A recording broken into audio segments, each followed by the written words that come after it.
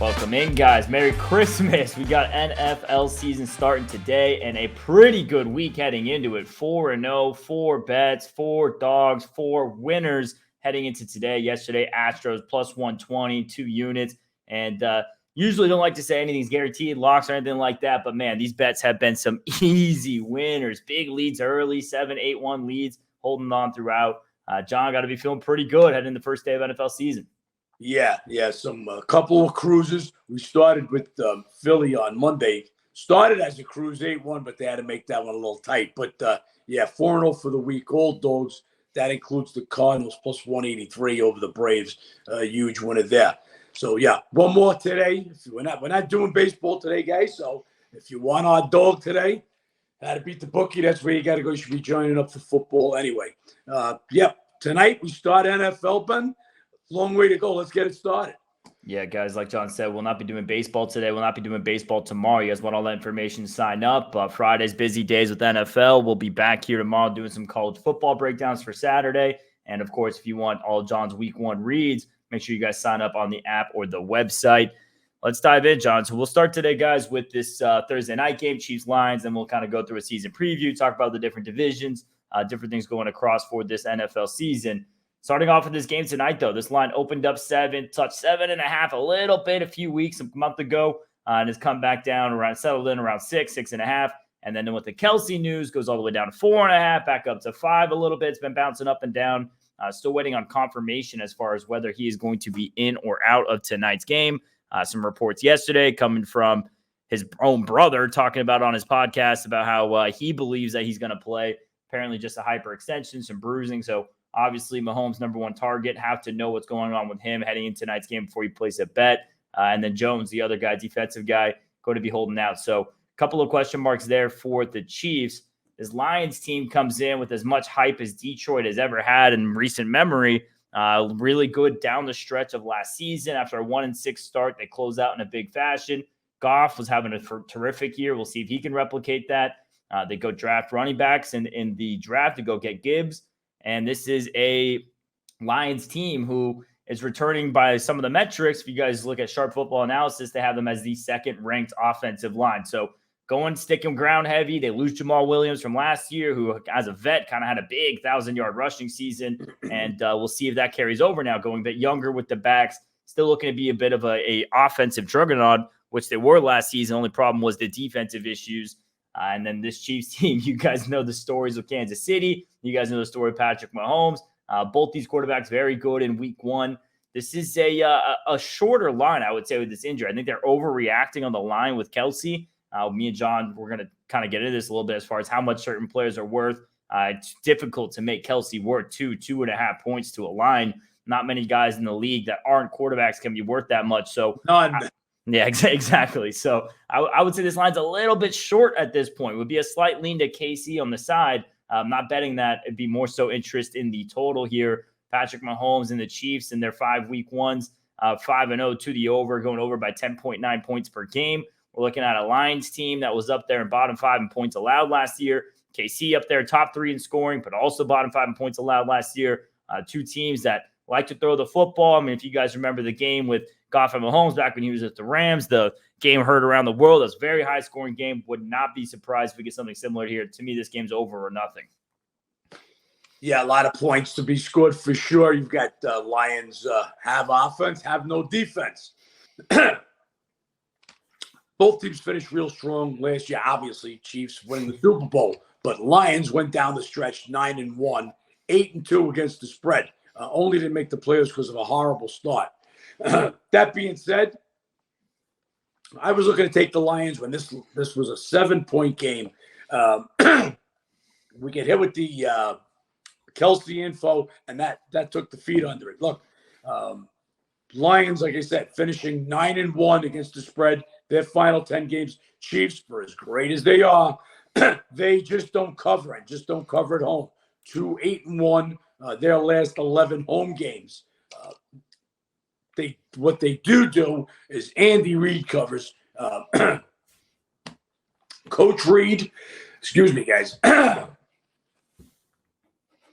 Coach Reid, 9-1 straight up, 7-3.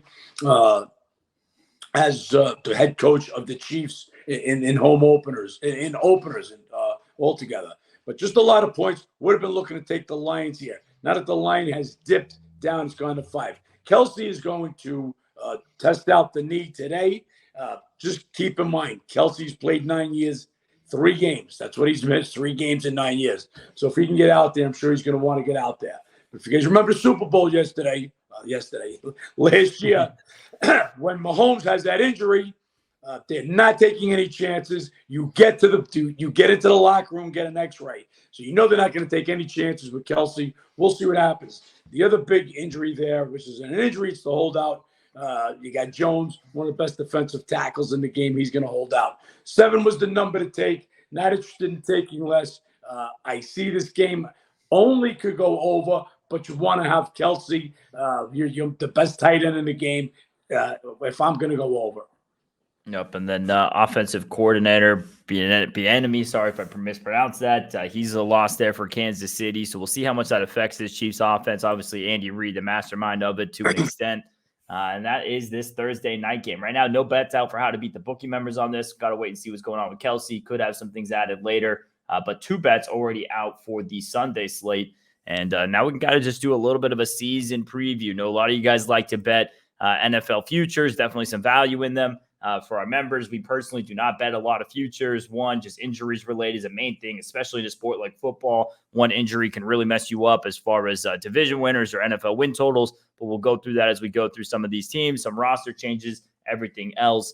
We can stick with this NFC North here. We'll start there with the Lions. I mean, this Lions team comes in as the favorite to win the division, plus 140 to win the division.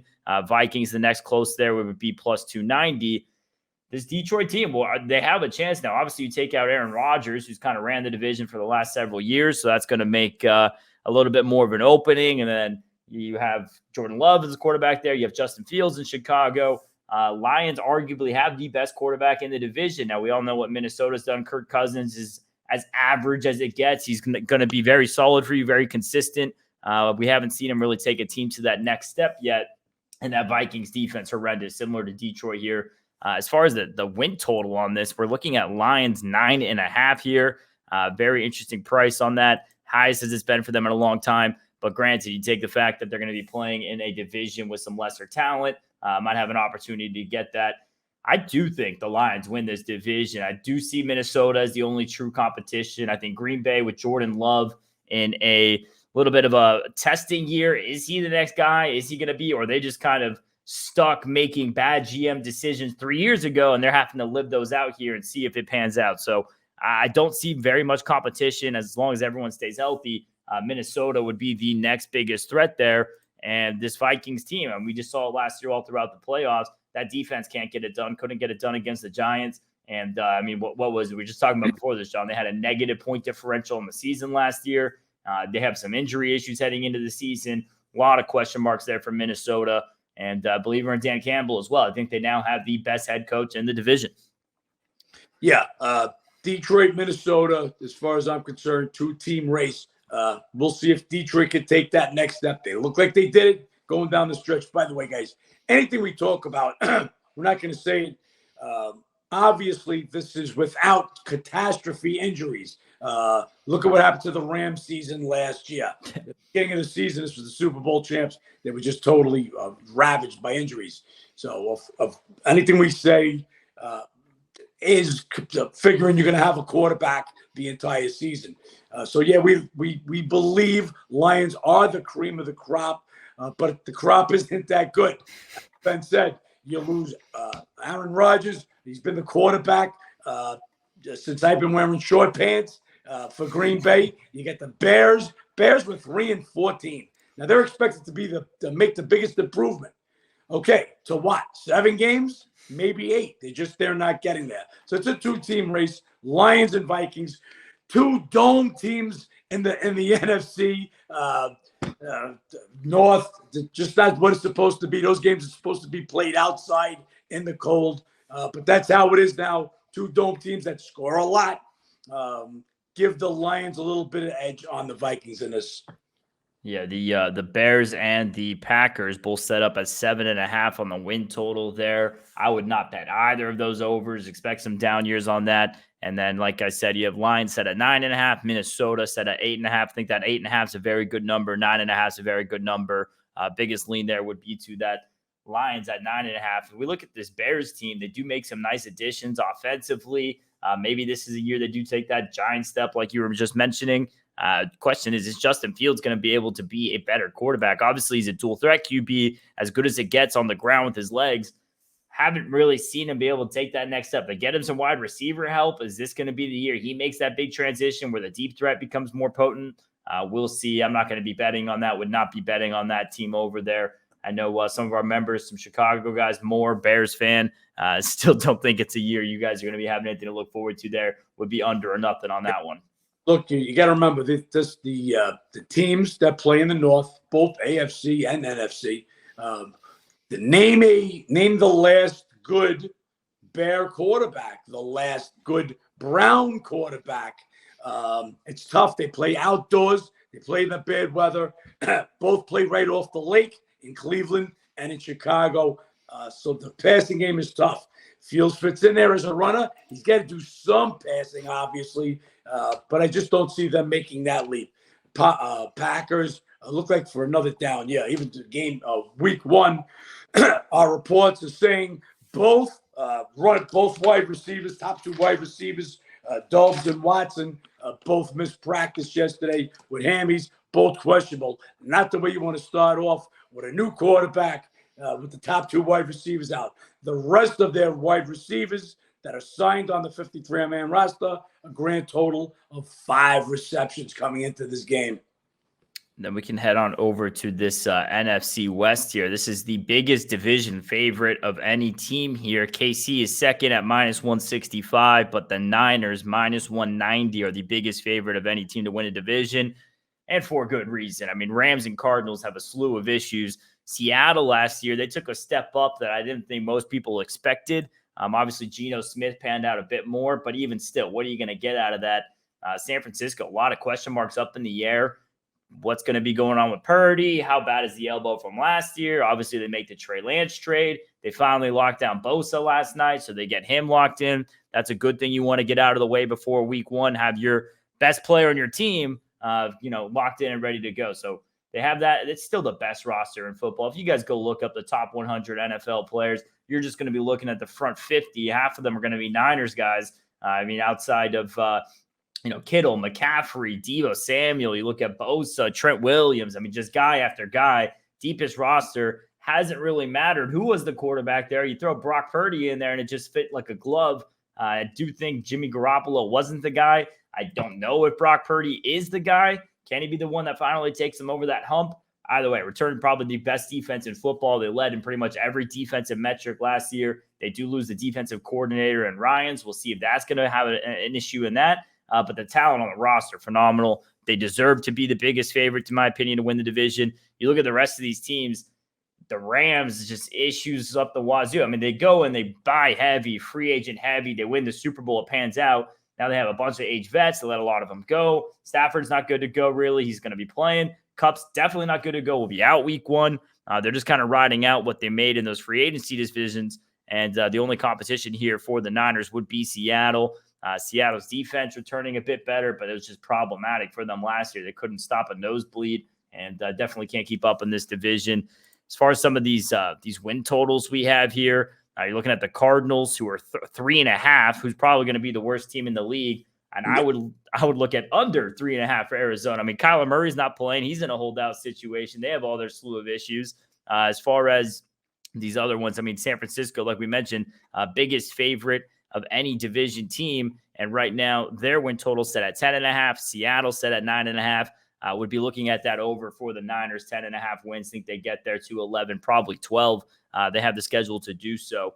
John, do you have any pressing thoughts here on this division? Obviously, a lot of issues with the bottom teams, the Rams and the Cardinals. Seattle might be able to make it tough, but looks like it's going to be a freebie for the Niners this season. Pretty much. Their only competition, if you want to call it that, is the team they absolutely destroyed in the playoffs last year, which was Seattle. Rams not going to get there this year. Arizona is the worst team, and they're the worst team by far. You get Washington, who is not a good team, is a 7-point favorite coming into week 1, just to give you an idea of how bad Arizona is. They're going to start Dobbs as their quarterback. They just traded for him 2 weeks ago from the Browns. So they're going to be looking ugly. Rams, not much better, although I don't think they'll be as bad, but they won't be as bad as they were at the end of the year last year. They were just ravaged by injury. Stafford wasn't the quarterback. He had the elbow problems. I think they'll be a little better than they were last year because they were terrible last year, but not good enough to be a 500 team.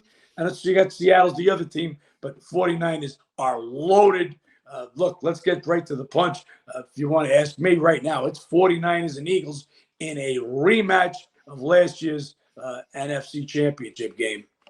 Yeah, I do not disagree with that take right there at all. I mean, San Francisco just levels ahead of everybody roster-wise.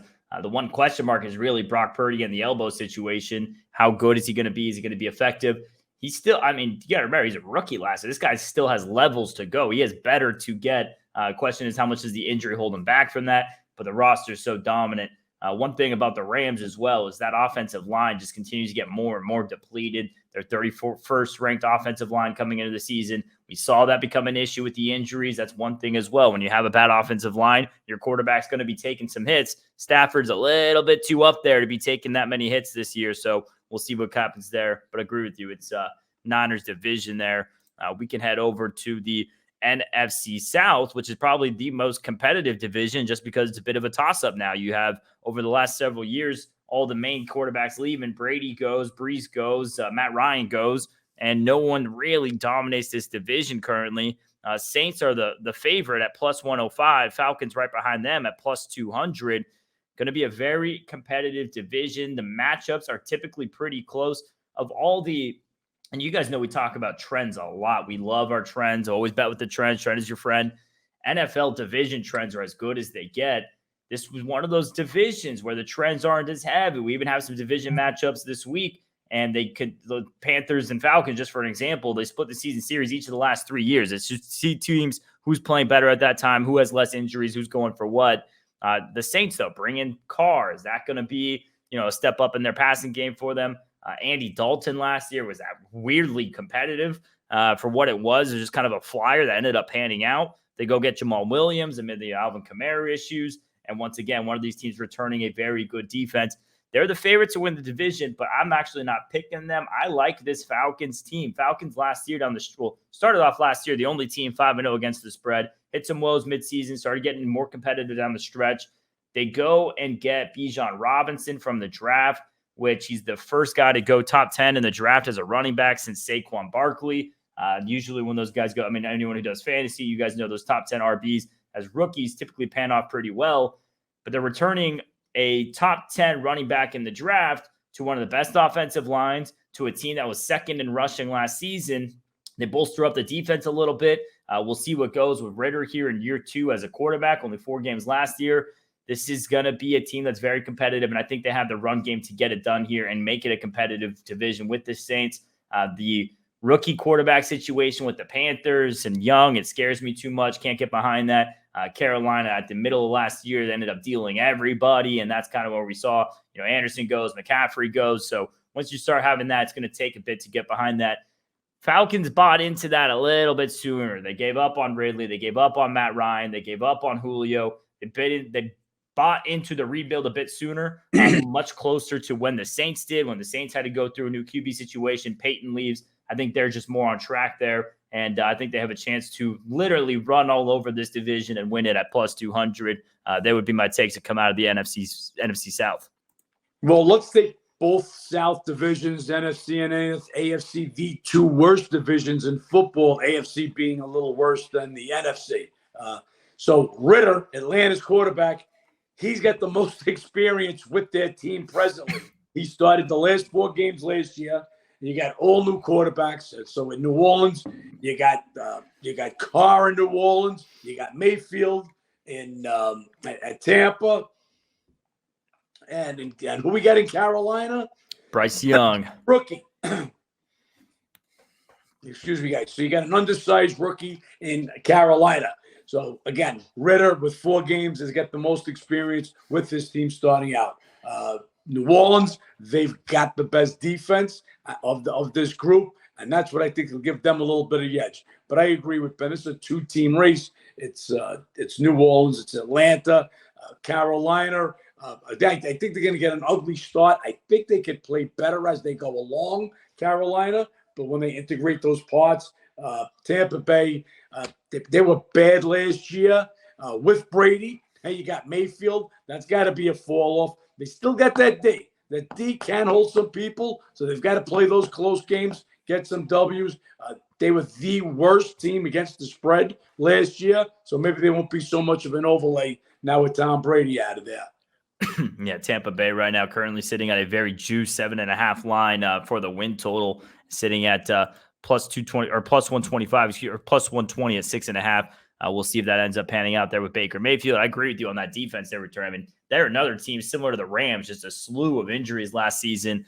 Really didn't have a chance to be competitive, especially down the stretch of the year. And then we started to see the rise a little bit with Atlanta. Derek Carr specifically, though, John, interested to see your thoughts on this situation.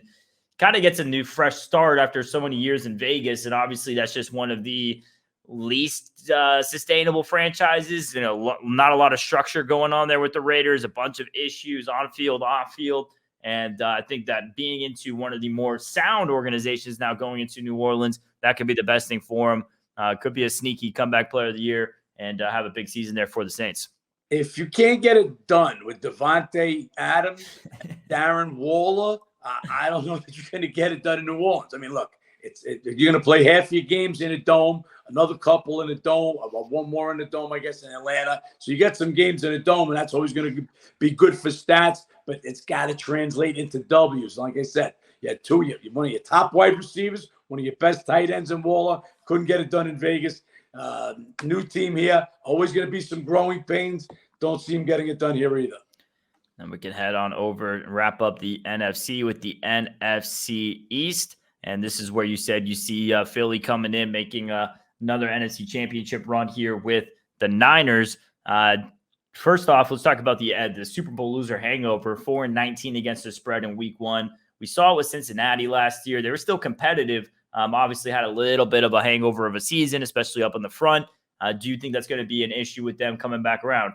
They lose both coordinators from last season. That could be problematic.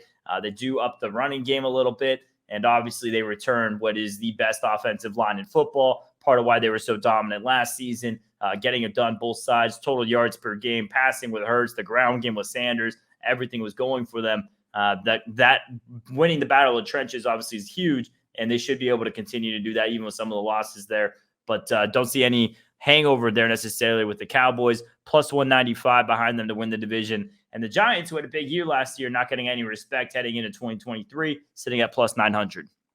Yeah, the Giants, I think that was more of their schedule, and then they just caught Minnesota on the right day, and they beat them. But Philadelphia destroyed them. Yes, they destroyed the 49ers, but don't pay attention to that game. They played that without a quarterback. Look, Ben said it. We're winning the battle in the trenches, and that's what the Eagles did. 70 sacks last year. That's the third most sacks of all time. The offensive line was great. Defense was great. Look, Hurts missed a couple of the last few weeks, but as I got it, the last 7 games that they played with Hurts, including postseason, they are scoring an average of 34.1 points per game. They're an offensive machine. The defense is great. They lost a tough game to Philly. Mm-hmm. This will be their year. Do they have that hangover week 1? It's very possible. There's been actually a little movement today. The game is actually going to +4, -15 now if you want to take New England. Little bit of movement. But yeah, for the long haul, Eagles they're a dynamic team. I expect them right back in the playoffs, right back in the NFC Championship game. Won't be this easy this time though with the 49ers.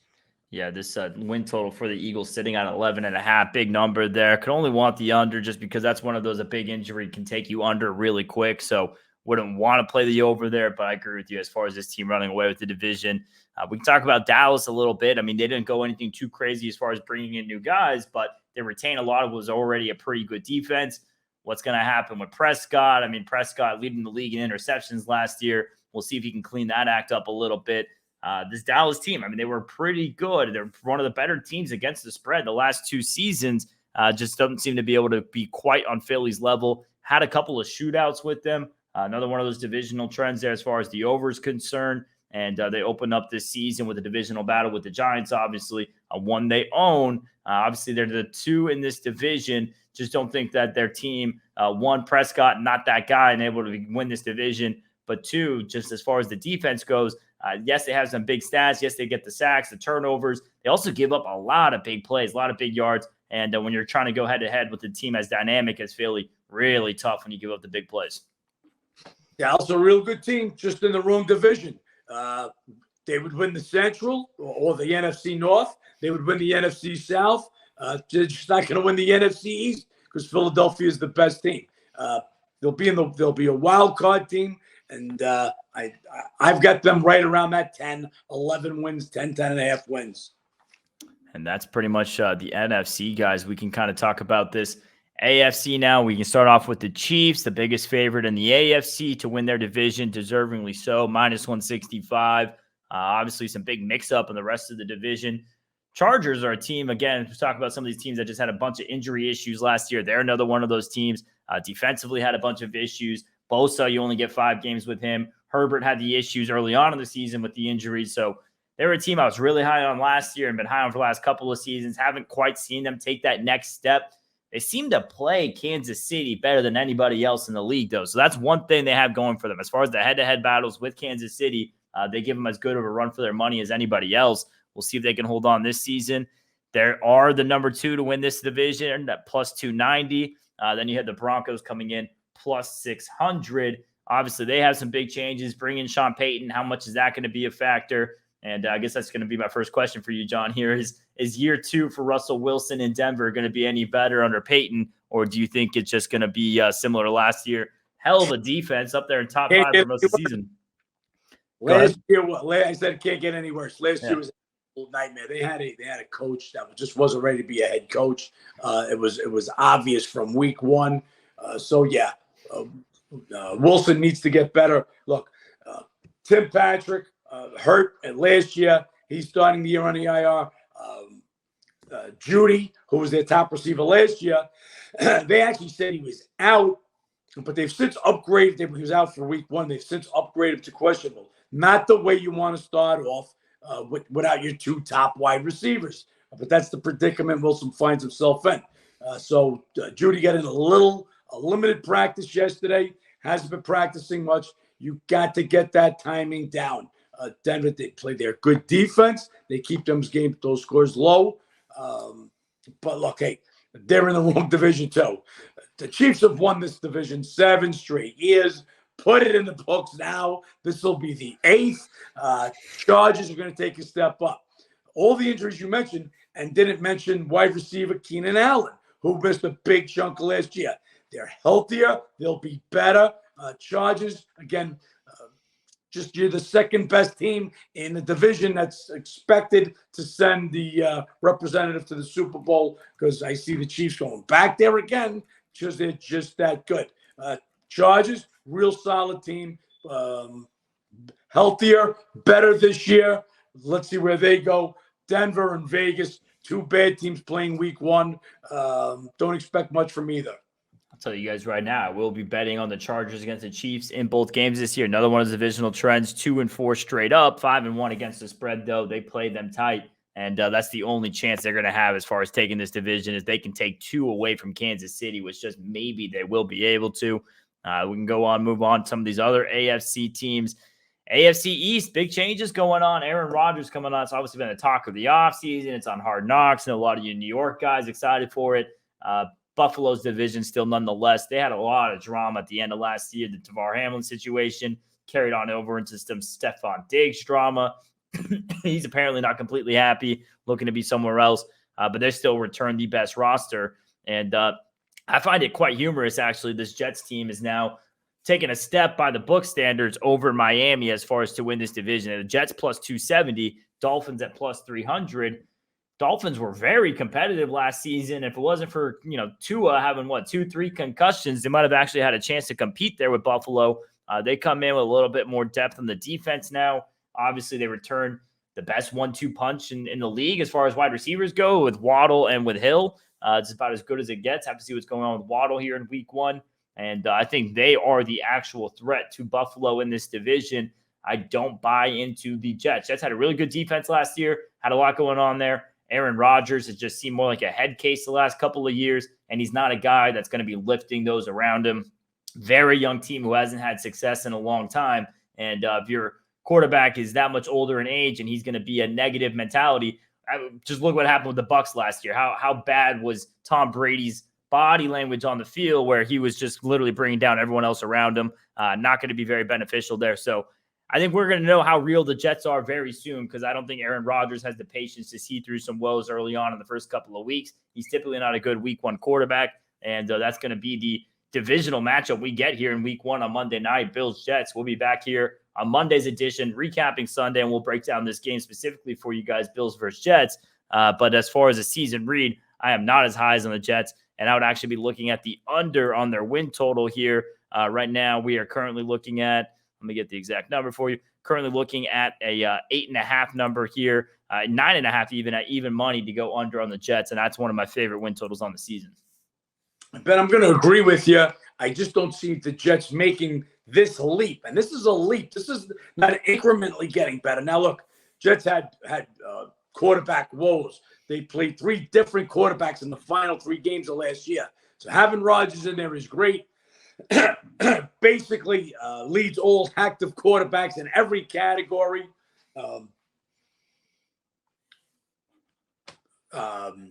Rodgers at quarterback, like I says, takes Jets to the next level. But that next level is not a 10-win team as far as I'm concerned. That next level are they a 9-8 team? That's where I think you're maxing out. I don't think they're competition for the Bills yet, and I got to agree with you. Tua, if not for those concussions, I think we see a different game in the playoffs last year against the Bills. Bills were a 13.5-point favorite. Dolphins game everything they can handle. Mm-hmm. Dolphins will be healthier this year. I think they're still a better team than the Jets. Let's see where the Jets come. Look, the Jets looked really good. A lot of that, I believe, was they shocked people in the early part of the season. They finished the year, losing their final 6 games, 1-5 against the spread. Again, I wasn't crazy or thrilled about what I saw from Rodgers last year in Green Bay. Now he comes to a new franchise. Going to be tough to pick it up. Again, Jets maybe 9-8. Yeah, this would sound like a Cow and Coward analogy here, but it's kind of seeming a little bit like Hackett, broke up with Green Bay, goes on to Denver, had a bad relationship. Now he's going back to the ex-girlfriend with Rodgers. Same thing with Rodgers, was steady in Green Bay, going back to the ex and Hackett, and they're going to try to make something happen out of nothing here. And I don't believe it is going to be as successful as what the books are suggesting. I understand it's an overlay. It's a New York team. It's Aaron Rodgers, big brand. They can get the hype around it. So there's all that reason more so to it. Just not believing in it myself. Under 9.5. I think one of my favorite win totals there. And then Buffalo, John, you think this Buffalo team is once again, coming in last year, Buffalo was levels ahead of everybody as far as, what they were worth to the number and everything else. They come in week 1, storming right ahead. They hit some woes midway through, and then couldn't have had a worse momentum shift to your season than the whole DeVar Hamlin situation against Cincinnati last year. So they had bad situations going into the playoffs, and now they come back in this year, and a lot of top opportunities to make it work. Still return one of the top 5 defenses. Obviously, Josh Allen's still a top 5 quarterback, has top 5 set of weapons. As far as, rosters you're looking at, I think it goes San Francisco 1, Buffalo 2 as far as talent on a roster. The Buffalo's loaded. Last year was their year. So they go into Kansas City week 6 last year and beat Kansas City. And I think they thought that was it, that they were going to be anointed Super Bowl champs. They were coming off that crazy playoff game the year before. with touchdowns going back and forth, retaking the lead. But they come into that game at the KC again. Week 6, there's still a whole hell of a lot of football to play. Mm-hmm. They come out of their bye. They beat Green Bay in week 8 and then lose their next 2 games. They just never got the same momentum back. They struggled, as I just said, in the game with the Dolphins as a 13.5-point favorite. And then Cincy, who we were on in the playoffs last year, go into Buffalo and beat them outright. They underachieved last year. They, to me, were the best team in the NFL up until week 6. They had the talent to go further. They didn't. Can they recoup this year? They got to get it done. A first week loss at the Jets on Monday night would be a tough pill to swallow. We'll talk more about that game Monday. When we have the other team in there, the Patriots, and they're just still in the rebuilding stages past the 20-year dynasty and everything they experienced with Tom Brady. Still not quite there. Mac Jones doesn't look like he's the guy. He's consistent enough that he will be the guy until they find a replacement, but I don't think he's going to be the guy that gets them competitive in this division again. And once again, Patriots looking like the laughing stock of this division, not as competitive there with Miami, Jets, and Buffalo. We'll see if that's the case. Going to be interested if those ownership trends against the Jets carry over here now that they're the worser team. Some of those trends going to be interesting in watching that division.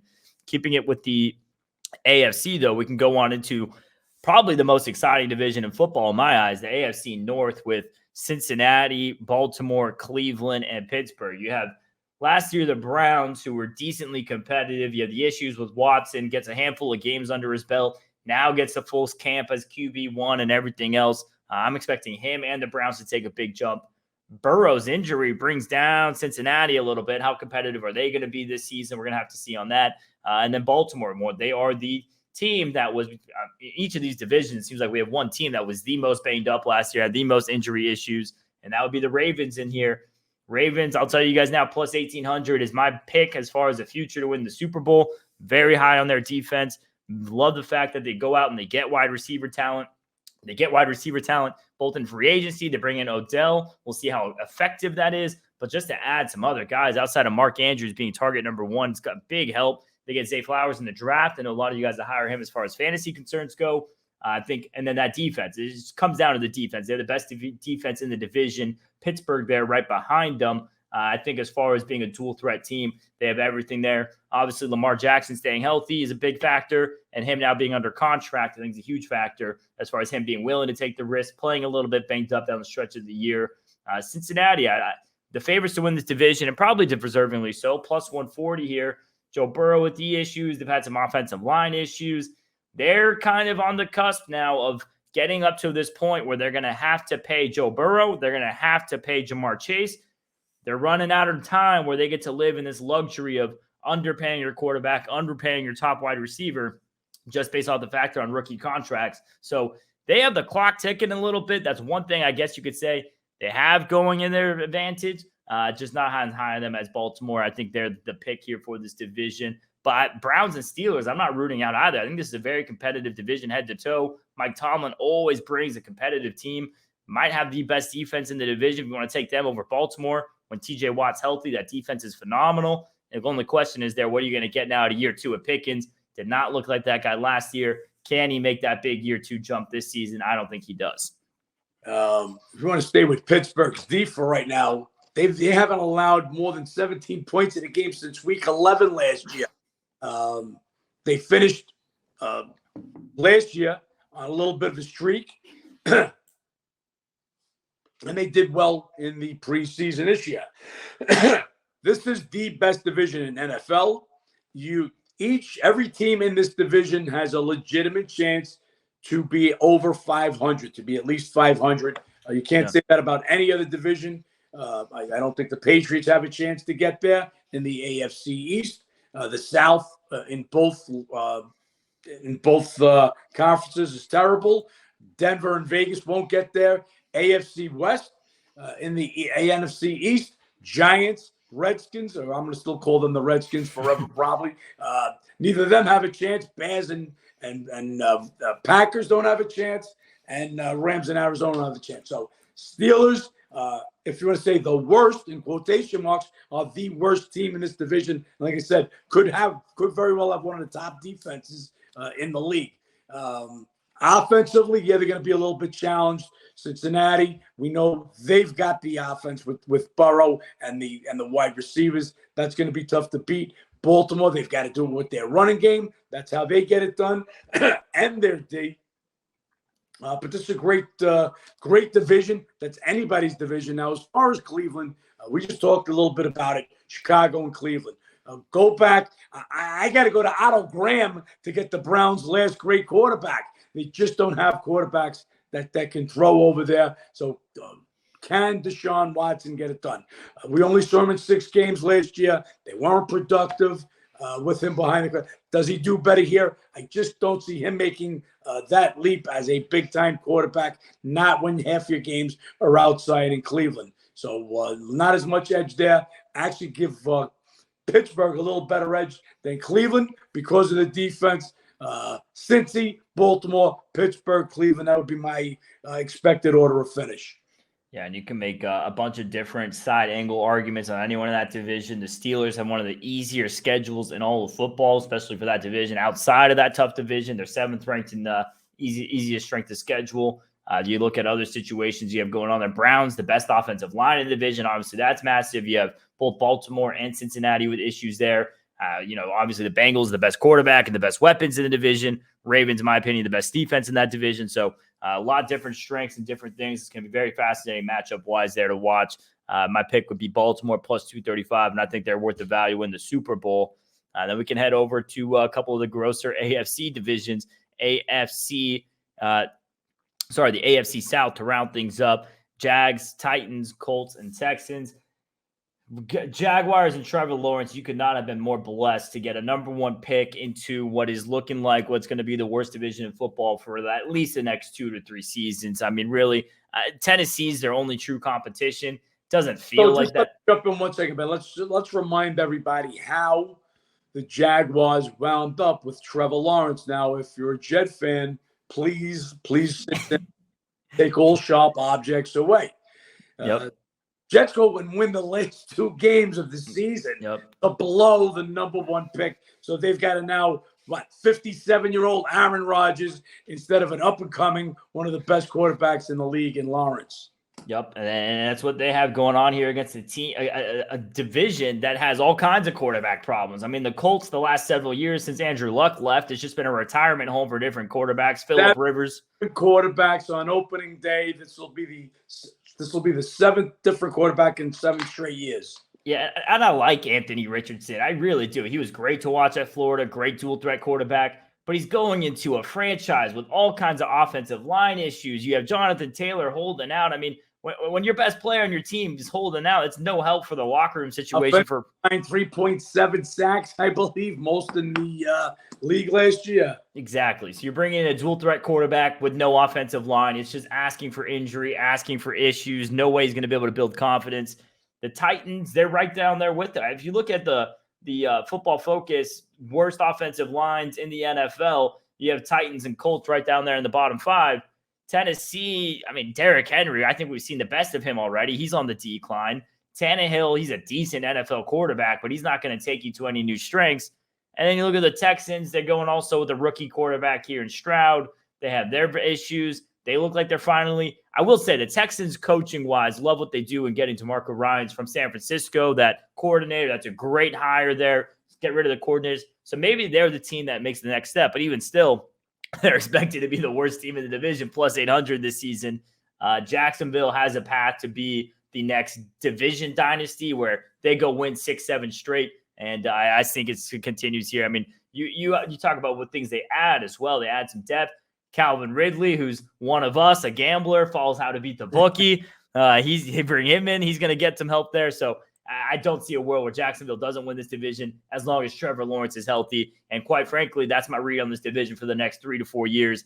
They have an easy pathway the next couple of – kind of what the Patriots had. I mean, Buffalo, the Jets, and their run right there over the last 2010s. I mean, they just weren't competitive, and it's going to be something similar here. Yeah, I don't see any of the other 3 teams besides Jacksonville winning more than 8 games this year. That's basically all you got to do is be 500. The division is yours.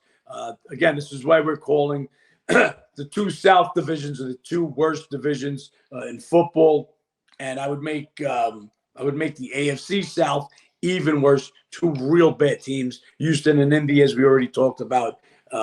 Tennessee, just a little bit better. Even that Henry on the down part of his career, this guy's a horse. He can still give you some yards. I actually lean towards them in week 1. We'll talk more about that. But, still can't get them over 8 wins. So, this is Jacksonville's division, not only as this year has been said, but for some time down the road. Only thing you got to be careful. Let's talk about it real quick. Week 1, Indianapolis Colts, they're on the road. Division opponent. Who do they got week 2? The team that they lost in the playoffs to KC. So could get caught with a little look ahead. Yeah, definitely could be caught in a look ahead situation there for the Jags. Still feel like they win that game, but wouldn't lay the price on it. They own that matchup, and they kind of put the Colts season to rest in 2021 there. So the trend wise own that matchup, but definitely a look ahead spot there for Jacksonville. We'll see how that pans out. They own that matchup against the spread. Yes, but it's 10 straight. I believe the home team has won straight up. Again, now you get Jacksonville as the favorite, so they're usually getting points from the Colts in years past. Now it's a straight-up trend. Yep, definitely an enticing home dog there. The home dogs in week 1 typically have some pretty good trends backing them. One of the bigger favorites. Jacksonville, when we talk about favorites to win the division, Niners -190, Chiefs -165. Then comes the Jags at -155. Niners and Chiefs, for obvious reasons, literally just two of the best teams in football. Jacksonville's more so. The rest of their division is just that bad. So we'll see how that ends up panning out. And I believe that is all the divisions we just went through, the 4 different divisions in each conference. You guys know my to pick to win this year will be Baltimore. We'll see if that pans out if they stay healthy. John, do you have a bold pick here heading into week 1 as far as who you want to call Super Bowl champs? As I already said, I think it's it's the usual suspects. 49ers, the Eagles. I see them going right back, replaying that championship game. Again, Eagles won't have such an easy path as long as the 49ers have a healthy quarterback. AFC, again, it's the same 3 teams. It's KC. We talked about it. They've won 7 straight West divisions, West titles. They'll win an 8th one this year. Bengals and Buffalo. Who's going to step up into that game with the Chiefs? Those are the 5 teams you could pick from. I would go against the field out of the rest of the teams. And that's a little bit of insight into this NFL season coming up, guys. We will be covering some NFL on this podcast, specifically Mondays and Thursdays for those games. Obviously, the Sundays, one, very difficult to give you guys information on the day of. But secondly, everything comes out on Fridays there with the injury reports heading into the weekend. So going to be a bit more difficult, but there's a place you guys can go get that information, howtobeatthebookie.com, or download the How to Beat the Bookie app. You guys will get previews for each and every game, injury updates throughout the week. You'll get access to John's ratings, see what he makes each game, see what he makes each line. And like I said, insight for each game and all of John's bets. So if you guys want that throughout the NFL season, it's a good day to sign up. Can still get into our pick'em pool, which will have a $1,000 cash prize. And for members watching, that link is now in the notifications and in the chat. If you guys have any issues signing up for that, send me a screenshot of the chat on the app so I know you're a member. Send me a DM of that on Instagram, and I'll get you a link there to sign up. John, pretty good week right now. 4-0, 2 NFL bets out for Sunday. Good feeling running hot heading into the NFL season. Yeah, what I would like to tell our guys, if you're a How to Beat the Bookie member, or if you're not a How to Beat the Bookie member, again, not only do you get my bets, but we give you a preview on every game. More importantly, now that NFL is here, is my exclusive home and away ratings. Guys, these ratings are going to give you the lines on the games. And what I'd like to do, Ben, I don't know if we could pull it up. Maybe we should have thought about this ahead of time. Just to run through just a couple of games, and I give you guys an idea of how on top of the numbers we are. So if you take the Cincinnati at Cleveland game, my ratings on the game is Cincinnati is 29.3 on the road, where Cleveland is 26.0 at home. So that's a 3.3 difference, and that's where we start. Factor in Burrow has missed some training camp because of the injury that he had. The trend goes to Cleveland. Cleveland has won the last 5 games, the last 5 meetings played in Cleveland, winning 5 of the last 6 overall. And so you see a 3.3 number get ticked down to about 2.5, which is the line now. Jacksonville, Indianapolis. We've got Jaguars at 25.6 on the road. Colts, 19.9 at home. It's a 5.7 difference in the line. It's a little bit of a possible look ahead for the Jags. Inter-conference game. The home team's won 10 in a row. Bring the number down a little bit. Well, damn, the number is 5. Jaguars are a 5-point favorite going into this game.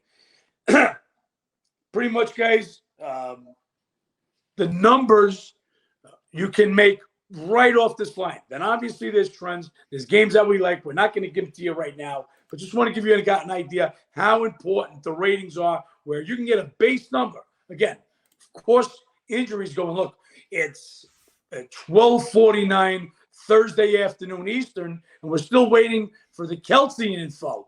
Is he in? Is he out? So that remember, injuries are up to 90 minutes before game time. And that's where we're on top of everything. That's the beauty of having our VIP messaging service where we notify you, you get it right to your phone. But we're on top of every injury. But these are what the lines should be before adding in some other things and obviously injuries. And you'll have a great idea of which games we're leaning and why. And yeah, guys, John said the rating's so massive. We can't guarantee you much. Obviously, we are having long-term edge. We have long-term winning seasons. Can't guarantee any one game, any one bet, even every 1 week.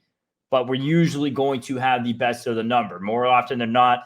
Sometimes, yes, there's an injury break that goes our way, whatever it might be. But more often than not, going to get you the best of the number. And that's what it's about as far as having an edge in the NFL. Very hard sport to win in long term. It's the biggest edge the casino has on us bettors. So having the best of the number is really important. And that's where that VIP service comes into factor. For example, already a bet out on Monday for the Sunday slate. Had a bet out earlier, or today for the Sunday slate as well. So we get bets out to members when there's that edge, when we think it's the best number there. And John's numbers as good as they get, both for NFL and really the best in the world for NBA. All the more reason to sign up, guys. That's it, guys. Let's have a big NFL season, and let's finish this baseball season strong. Yep, guys, it's going to be a big season. We'll be back tomorrow, college football, and let's have a time. Appreciate you tuning in. Like, comment, subscribe. Let's make some money.